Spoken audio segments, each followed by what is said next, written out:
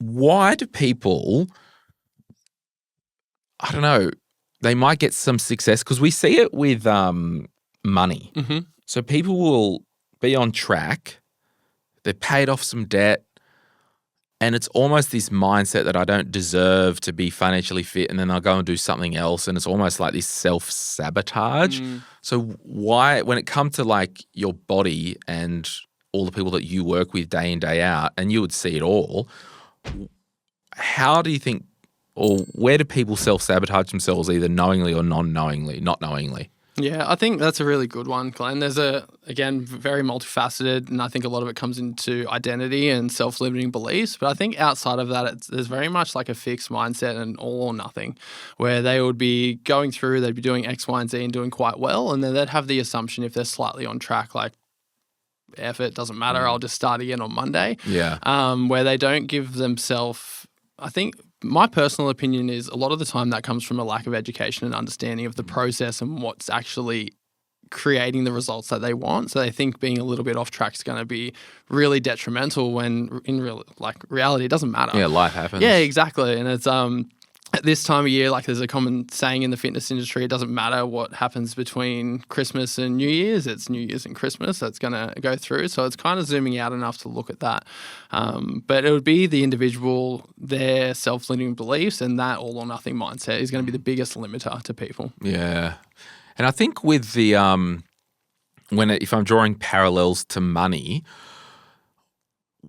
so when I first started teaching finance stuff, I was in my 20s. I was pretty militant with my teaching, and someone would come into my office like, "Nah, you've got to get rid of the car loan, sell the car, pay the car loan off. Let's do this."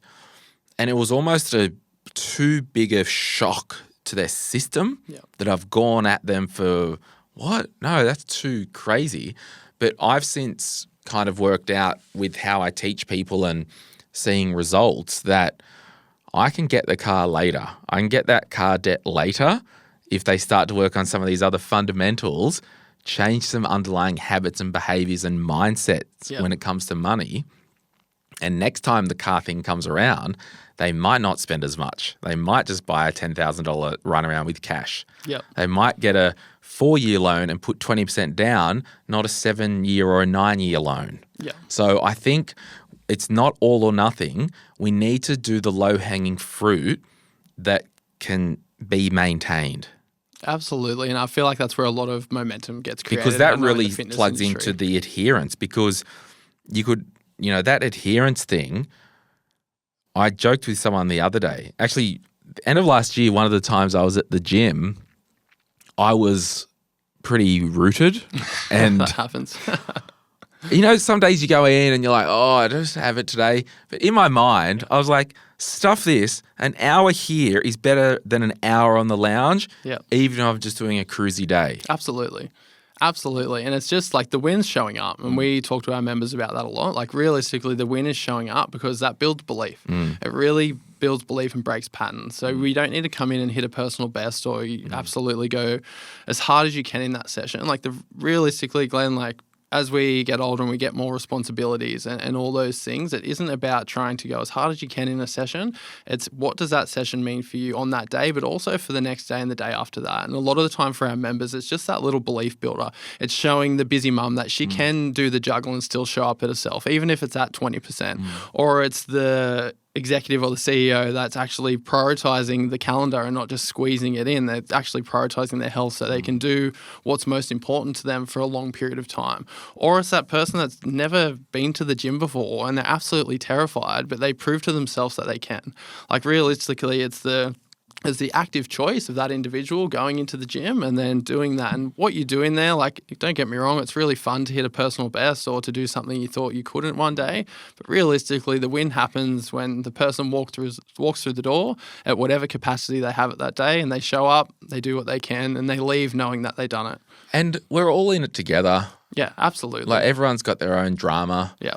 And so what I would encourage people with is maybe to pick or self-identify something that it's always like your thorn in the side, or it's, for me, and this was really crazy, last year I was in this habit.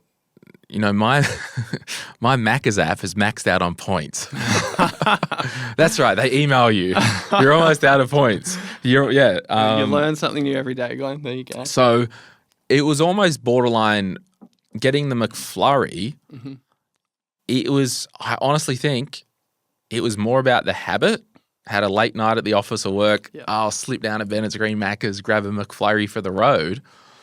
The funny thing was, and it was really hard to fight it, but it was more the habit than actually me wanting the McFlurry. Yeah, and it becomes automatic, which is obviously with habits, they become automatic and you don't necessarily question them either, and you just find yourself doing it, and you get to a point where you're like, what am I doing and why am I doing it? I think to go back to what you said earlier on the pod, Glenn, this is a great time of year to reflect and look at these things that you're doing and go, is this serving me? And is this actually what I want to do? Or am I just doing this because I've done it in the past and I've actually not sat back, reflected and questioned that habit? So on that, when we first started working together, you said, what do you actually want?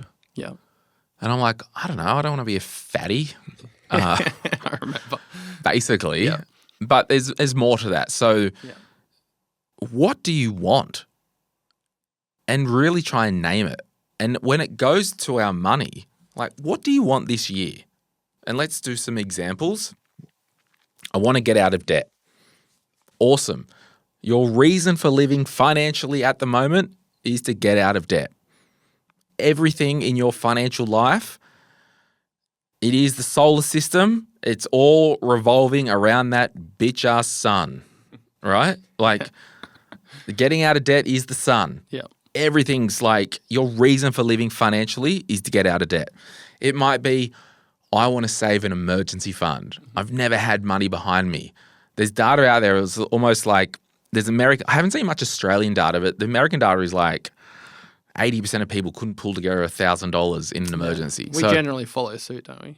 Yeah, though America's just so cooked with the health and all that stuff. But if it's an emergency fund, your reason for living financially is to build that emergency fund. Yeah.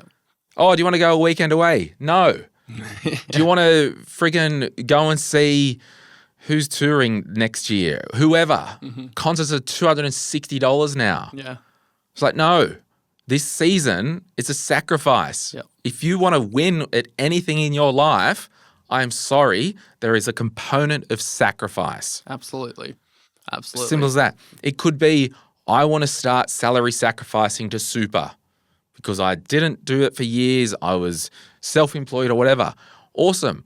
Call your friggin' work today or email HR and go, I want $20 a week. Just start. Yeah. Do something. Yeah, absolutely. Get off your ass and do something. Yeah. And make it the center of your universe financially. Yeah, absolutely. And I really hope that drove home for listeners. Like you have to pause and listen to what Glen just said. It requires action, and change requires change. And I've done this for a long time. It's action, sacrifice, and time and adherence. Yes. And you probably find something similar, Glen, is normally what I have people that come to me, they're waiting for motivation before action, and they get that mistaken. Generally, action comes first, and then motivation follows through the belief that's built through the evidence that you're building. So say with spending, or not spending, I should say, and actually building up your emergency buffer, when you start to see that build, it creates belief, and you go, this is why I'm doing this, and this is where the motivation comes from. But I think a lot of the time I know in fitness is people think they need the motivation first when they just need to take the action. And the action's a decision. And I know everyone has their own moving parts and they're in their own universe, but at the end of the day, all you have is what you do with the information you have and the actions you want to take, but you still have to take action. Like nothing is going to change that, and that choice is up to you. What the action is up to you, but just make sure it's in alignment with where you want to go. Now, this could be a little bit different than the health and fitness thing, but if you are in a relationship and you know, you're in a relationship and you share money and if you both are not on the same page financially, you guys need to find out what page both of you are on, because you ain't getting financial joy in your life if you're carrying around an anchor, a dead weight. Now, I want to be clear, and this is just anecdotally from all the people I've talked to over the years, there is a difference between someone who is, oh, baby, you just run the money and I support you and all that. There's a difference between that and a deadweight piece of crap who is disengaged. Absolutely. Now, if you're dating, if you're married, the deadweight piece of crap, why am I so fired up? No, stay fired up. Fired up is good. This is drag their ass to a marriage counsellor, a relationship Absolutely. counsellor, and friggin' work it out. Yeah. This year, I don't want people to be at the end of this year, halfway through this year, going, I still got no money. I've still got an emergency fund that's not funded. I've still got a credit card. I still feel financially stressed week on week. Yep. What are you doing? Yeah. Change something.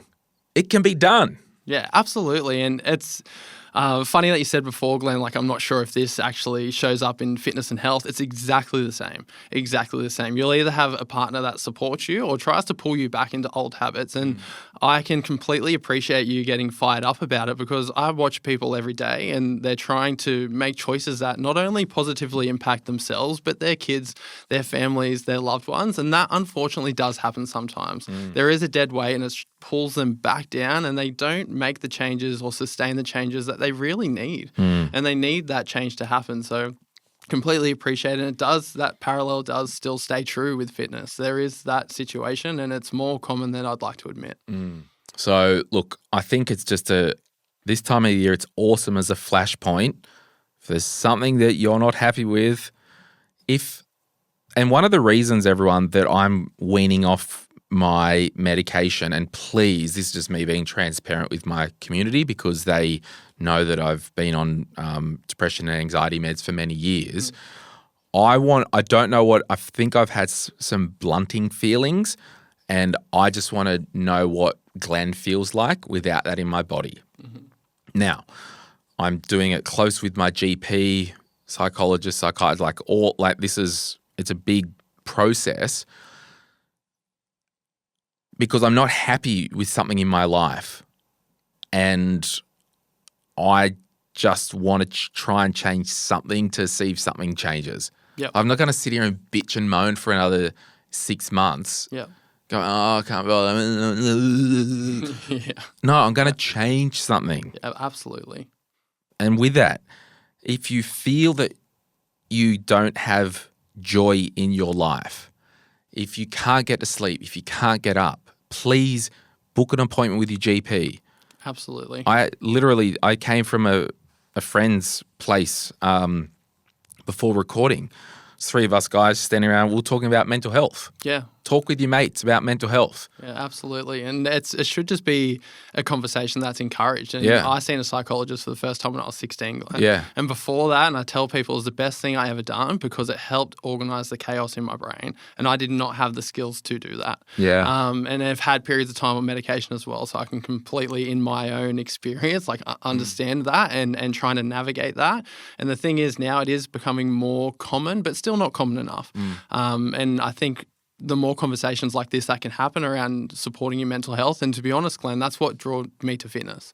So I had that come up at 16 and I did not know what to do with it. And I was lucky enough to have parents to point me in the right direction to say, I think you should do this and see this person. I just needed help at the time, and which I did. And I'm forever grateful for my parents on leading me down that path. And I've since used psychologists since when I need to. And it's a really great tool. And that combined for me with my health and fitness is what's really made me into the person that I do. I'm fortunate enough to wake up and I enjoy what I do. Like I love still having the gym. I have 2 beautiful children at home. I have a really beautiful wife and I have those things, but it wouldn't have happened without the action. Like you said, it's like, you got to make a decision and make that decision to get up, see someone, make the phone call.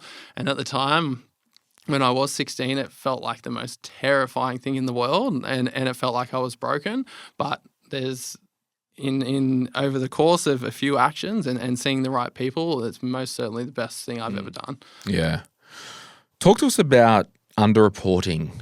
Yeah, so that's a really good one and really interesting. I think what happens in the industry, and I'm sure it's the same in finance, is people assume like, oh, I get paid about this much and I spend about this much and I don't know why I have no money left. And when I heard that come up multiple times on a podcast, nutrition's the same. And when you said that stat earlier where it was 67% of people are obese or overweight, and this is what's happening. People aren't aware or educated enough to know what their actions are doing.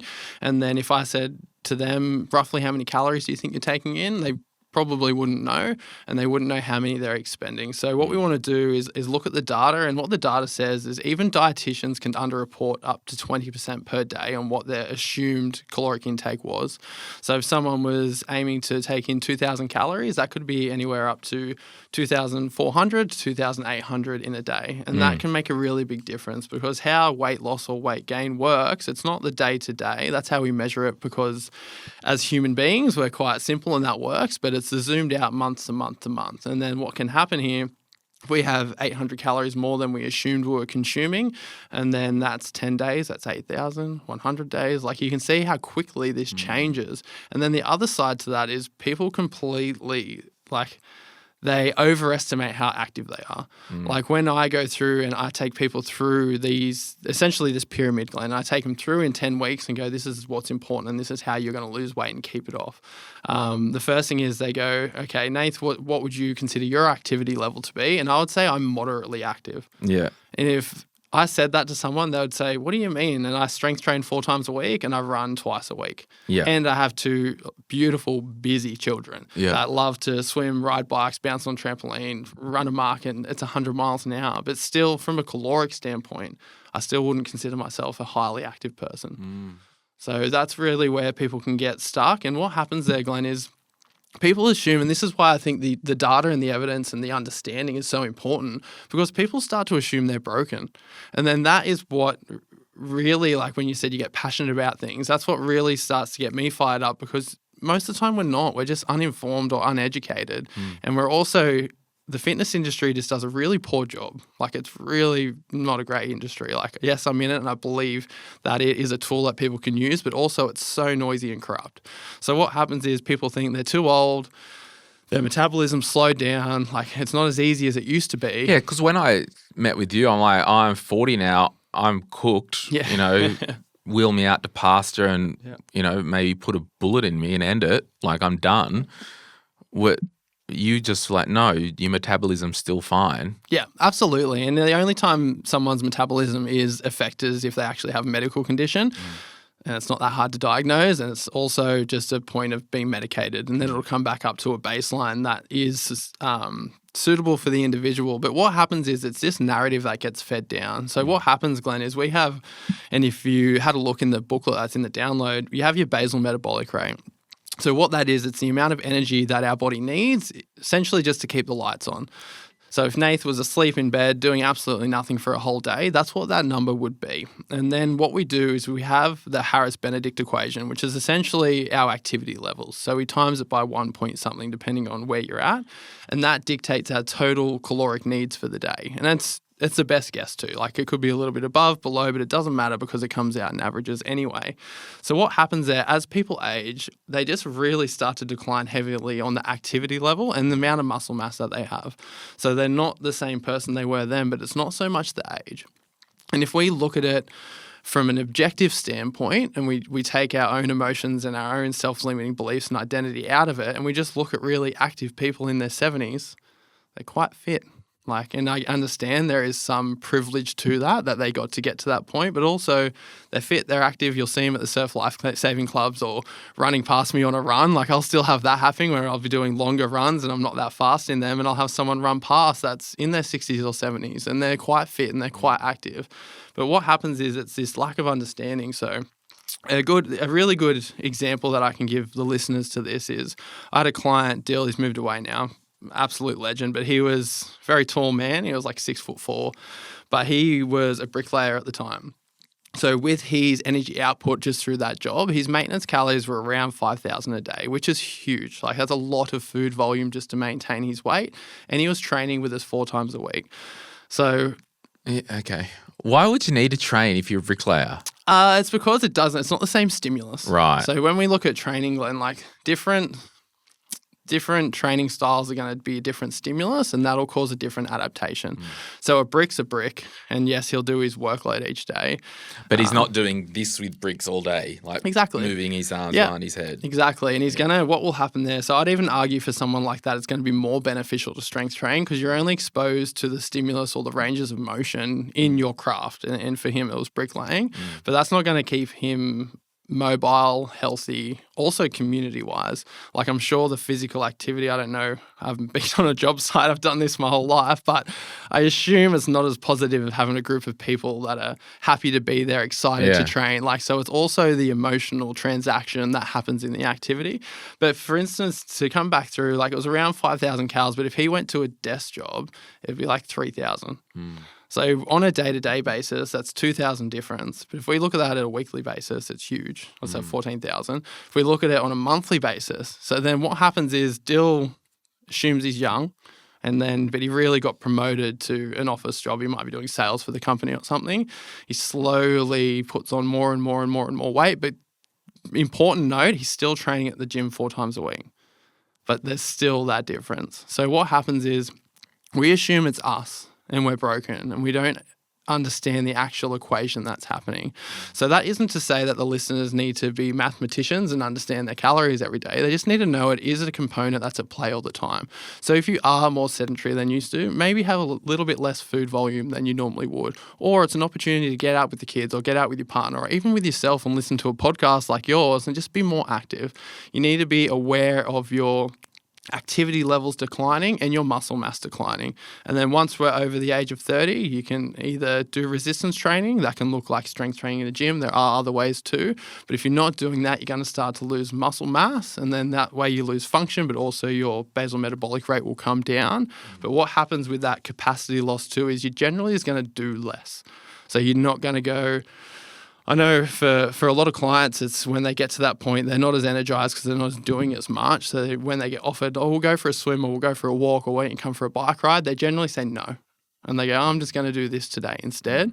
And they're completely unaware that this month they've done X amount of caloric expenditure, but 5 years ago it would have been tenfold that. And they assume it's their age or it's them or they must be broken. And the reason why that makes me really passionate is that's a very big identity shift that they'll continue to carry.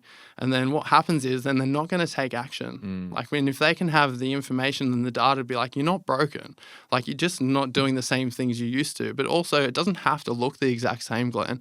Like do something like pickleball's great. Like do something that just keeps you active, keeps you social.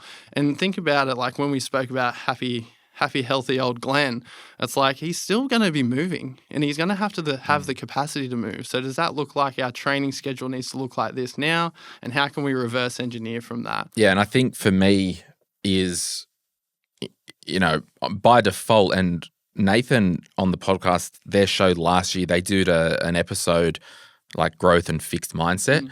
Yeah. I've really been working on my fixed mindset. I thought I had a growth one, but I don't. By default, I just think I suck at everything. Yeah. And I think, mindset is such a big thing. Hey, it's Glenn here. Thank you so much for watching today's video. You made it to the end. Can I ask a favor? Can you hit that like button and maybe hit subscribe if you want to get notified when we release further videos just like this one, whether you watch the Money, Money, Money podcast or Retire Right. And remember, if you want to learn more about investing, I've got an investing book, The Quick Start Guide to Investing, and there's a link in the description to get your hands on a copy. Thank you so much. Bye.